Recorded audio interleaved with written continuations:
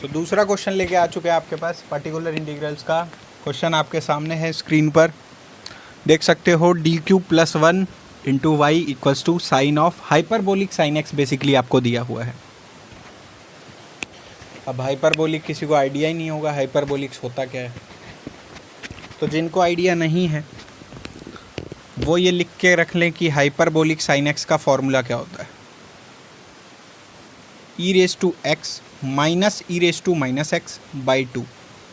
ठीक है, चलो कॉस का भी लिखवा देता हूँ। कॉस हाइपरबोलिक एक्स का फॉर्मूला आपके पास होता है e raise to x plus e raise to minus x by 2। E raise to x minus e raise to minus x by 2 hyperbolic sine x. What is hyperbolic cos x is what? E raised to x plus e raised to minus x by 2. Clear? If there is any another doubt, you can ask me in the comment section or I will give the my Insta ID, personal Insta ID. पर उस पर उल्टे सीधे message मत करना कोई, ठीक है। चलो आ जाओ भाई। ये आपके सामने किस फॉर्म में आपको पहले से दे दिया, F of D into Y equals to R X. तो बड़ा सिंपल हो गया। और कौन सा केस लगेगा ये बता दो, इसमें कौन सा केस लगेगा? First case. अब यहाँ पर साइन देखते ही बच्चा बोलेगा कि सर सेकंड केस है, क्योंकि सेकंड केस में sign A x plus B cos A x plus B बताया गया है। अच्छा, तो यहाँ पर भी तो साइन है ना, तो सर सेकंड केस आएगा। पर यहाँ पर आपको साइन हाइपरबोलिक साइन एक्स का फॉर्मूला क्या है? E raise to x minus e raise to minus x by 2। अगर इसी में बोलूँ तो इसे ऐसे भी तो बोल सकते हो, e raise to x by 2 minus e raise to minus x by 2। क्या ये आपको फर्स्ट केस दिख रहा है? जिनको दिख गया अच्छी बात है, जिनको नहीं दिखा वो यहाँ देखें। ट्री फंक्शन सी एफ निकालने के लिए क्या तरीका है? सबसे पहले निकालो आप ऑक्सिलरी इक्वेशन। ऑक्सिलरी इक्वेशन कैसे होती है बच्चा? बताया है एफ ऑफ एम ज़ीरो करना, F of D into Y में, या कैपिटल एफ लिख लो इसको, है ना। तो पर एम लिख दो, M cube plus 1 equals to 0। ये इक्वेशन किसको सॉल्व करनी, चलो जिसको नहीं आती उसके लिए बता देते हैं यार। बेसिकली आप देखो ना तो ये ए क्यूब प्लस बी क्यूब का फॉर्मेट है, एम क्यूब प्लस 1 का क्यूब। ठीक है, तो कैसे करोगे? ए क्यूब प्लस बी क्यूब क्या होता है? आइडेंटिटी याद है? जिनको याद है वो बोलें, जिनको नहीं याद है उनके लिए तो कुछ नहीं कर सकते, यहाँ से नोट कर सकते हो बस। A cube plus b cube क्या होता है? ए प्लस बी, बहुत बढ़िया, a square plus b square minus का ए बी। ठीक है, जिनको याद नहीं था वो याद कर लें। ठीक है, चलो भाई, ए क्यूब प्लस बी क्यूब की आइडेंटिटी होती है, मैं ये आइडेंटिटी यहाँ पर लगाने जा रहा हूँ। चलो, तो ये क्या बनेगा बता दो मुझे? ए प्लस बी यानी कि एम प्लस 1, ए स्क्वायर एम स्क्वायर प्लस 1 का स्क्वायर इज़ 1 माइनस का ए बी मतलब माइनस का 1 इंटू एम यानी कि एम इक्वल्स टू 0। सर यहाँ से तो m इक्वल्स टू -1 आ रहा है, बट यहाँ से फिर से दिक्कत है। क्यों? क्योंकि ये फैक्टराइजेबल नहीं है। 0 के इक्वेट करोगे, इसको 0 के इक्वेट करोगे तो m इक्वल्स टू 1 तो आ गया -1। अच्छा सर, इसको 0 के इक्वेट करो तो आप m की वैल्यू निकालोगे किससे? श्रीधराचार्य फॉर्मूला। तो माइनस का m, तो ये माइनस का b plus minus under root में b square minus 4ac okay by 2a। अब जिनको ये नहीं लगाना आता वो 10th क्लास का लेक्चर देख लो जाके, ठीक है, उसके बाद आना है यहाँ। ठीक है, चलो ये आ गया। अब आप m की वैल्यू कैसे निकालोगे सर? m की वैल्यू आ चुकी है अपने पास, क्या आ चुकी है? 1/2। चलो पहले ऐसे कर देते हैं आप लोगों के लिए, रुक जाओ। हाँ, ये वाला पार्ट विजिबल है, देखो m की वैल्यू क्या होगी? 1 प्लस माइनस अंडर रूट में -3 आएगा। ये 1 - 4 क्या बनेगा बच्चा? 1 - 3, 1 - 4 इज़ -3। ओके, अंडर रूट -3 क्या बनेगा? √3 iota by 2। 1 plus minus under root 3 iota 1/2 √3/2। इसे ये भी बोल सकते हो। तो 2 रूट यहाँ से आ गए, ठीक है, ये 2 लिखा है, 1/2 प्लस √3 आयोटा बाई 2, दूसरा रूट 1/2 माइनस √3 आयोटा बाई 2। तीसरा root m equals to -1। Cubic equation है, 3 रूट आ चुके हैं। कॉम्प्लीमेंट्री फंक्शन बनाना आप जानते हो, नहीं जिसको नहीं याद आ रहा है वो नोट्स पलट के देखो, नोट्स में मिल जाएगा। फंक्शन क्या होगा, y ऑफ सी एफ। देखो ये तो रियल है, तो इसके लिए तो रियल वाला नॉर्मल c1 e⁻mx यानी कि -1 इंटू एक्स प्लस। अब ये फिर आपके पास दो पेयर में इमेजनरी आ गए, मतलब इमेजनरी एंड डिस्टिंक्ट वाला केस है, थर्ड वाला केस है।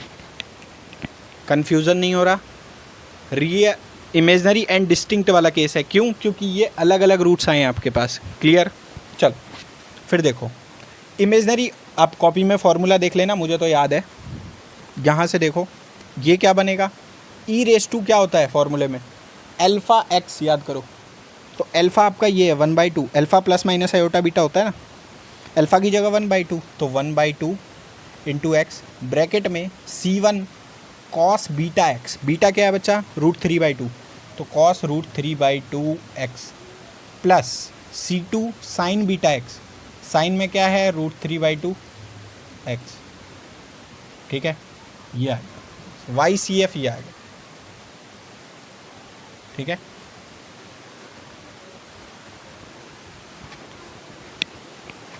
c1 e⁻x plus e⁻x/2 bracket में, होल ब्रैकेट में c1 cos √3/2 X plus c2 sine √3/2 X. This is YCF। अच्छा, YPI निकालना बाकी है भाई। चलो, y ऑफ PI क्या होता है भाई, 1/f of d into RX होता है। ठीक है, जिसने ये कॉन्सेप्ट याद कर रखा है उसके लिए सब आसान है। 1/f of d, f of d की वैल्यू क्या है बोलो, पीछे नोट्स में देखो, d³ + 1। ठीक है, इंटू RX की वैल्यू क्या है, sine hyperbolic x, sine hyperbolic x। अब साइन हाइपरबोलिक x का मुझे फॉर्मूला पता है। क्या पता है, अभी लिखवाया था, e⁻x प्लस e⁻−x/2। ये क्वेश्चन कराने का एक पर्टिकुलर रीज़न है, वो भी आपको समझ आ जाएगा। क्या समझ आएगा, चलो देखो। तो 2 तो स्प्लिट हो जाएगा डिनोमिनेटर में, चलो इसके डिनोमिनेटर में भी डाल देते हैं इसको, इसके। अच्छा, माइनस आएगा ना, साइन हाइपरबोलिक x। ठीक है, चलो इसके साथ जाएगा, फिर माइनस में आएगा तो इसके साथ जाएगा। चलो e⁻x, ये 1/2 मैं बाहर कर सकता हूँ कांस्टेंट, बचा क्या, e⁻x/d³ + 1, या आप बोलो 1/d³ + 1 इंटू e⁻x। और ये क्या होगा, माइनस का 1/, या आप 1/2 कॉमन ले लो ना, माइनस का 1/d³ + 1 एंड e⁻x। चलो भाई,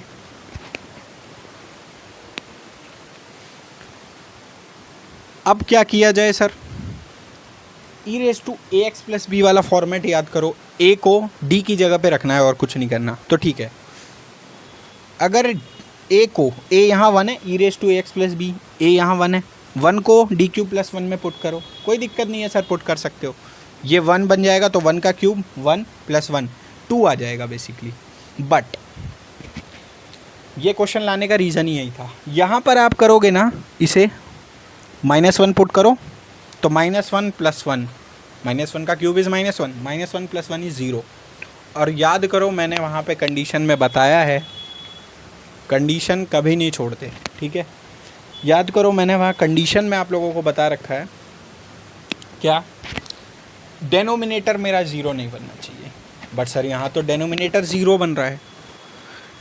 देखो, जब भी आपका डेनोमिनेटर 0 बन जाए ना, उसके लिए सिंपल सा रूल क्या कहता है, न्यूमरेटर में आप x से मल्टीप्लाई कर दो और डेनोमिनेटर में आप डिफरेंशिएट कर दो। अब इसे लिख लेना लैंग्वेज में, क्या बोला मैंने, न्यूमरेटर में x से मल्टीप्लाई कर दो और डेनोमिनेटर में क्या करो, डिफरेंशिएट कर दो with respect to capital D। Okay, समझ आई बात। तो यहाँ क्या करना है, देखो चलो 1/2 तो बाहर है मेरा। ठीक है, अब ये पर्टिकुलर इंटीग्रल चल रहा है। ठीक है, 1/2 बाहर आ गया, 1/d³ + 1 आपको सिंपल सा फॉर्मेट बताया है ए को, यानी कि ए मेरा 1 है, e⁻x + b होता है ना, ए मेरा 1x है, e⁻1x, तो ए की जगह पर 1 यहाँ पुट कर दो, डी की जगह पर 1³ + 1 = 2, तो ये क्या आ गया 1/2 × e⁻x आ गया माइनस। यहाँ पर दिक्कत हो रही है ये कि सर आप ए को पुट करो डी की जगह पे तो 0 बन रहा है डिनोमिनेटर में, और जब भी 0 बने ऊपर क्या करो, x से मल्टीप्लाई करो, सिंपल, और नीचे क्या करो, डिफरेंशिएट करो। नीचे डिफरेंशिएट करोगे d³ + 1 का डिफरेंशिएशन क्या आएगा भाई, दैट इज़ 3D²। ठीक है, डिफरेंशिएशन आई थिंक नहीं, डिफरेंशिएशन मैंने नहीं पढ़ा है, लेकिन जिनको समझ नहीं आ रहा है या फिर जिनको डिफरेंशिएशन पे वीडियो चाहिए कमेंट कर देना। डिफरेंशिएशन पे ये सीरीज़ कंप्लीट होने के बाद डिफरेंशिएशन चालू कर देंगे, ठीक है, और जेई मेंस एडवांस लेवल तक जाएगा वो टॉपिक। चलो 1/d², अब ये यहाँ तक आ गया। अब समझो, अब आपके पास ये d² आ चुका है, अब क्या करना होगा सर, अब क्या करें, यहाँ पर इसे डायरेक्ट -1 पुट कर दें, कर दो पुट, क्योंकि ये f(d) है ना आपका, तो क्या करोगे, डायरेक्ट पुट कर दो, ठीक है। पर यहाँ पर 2 चीज़ें हैं, फिर कौन सी 2 चीज़ें, ये क्वेश्चन लेने का रीज़न ही यही था। देखो यहाँ पर आपका d² आ गया, बेसिकली ये आपका 1/d² है, ये x तो आपका बाहर चला गया है ना, तो ये आपका क्या आ गया 1/2 ब्रैकेट में 1/2 × e⁻x - x/3 1/d² times e⁻x। अब 1/d का मतलब है डिफरेंशिएशन d/dx, और 1/d का मतलब है इंटीग्रेशन।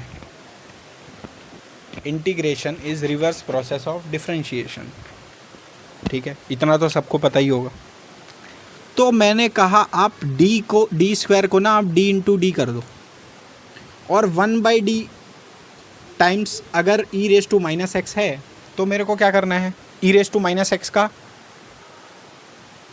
1/d, d मतलब differentiation, 1/d is what, integration. Integration of e⁻x क्या होता है बोलो, दैट इज e⁻x/-1, e⁻x/-1।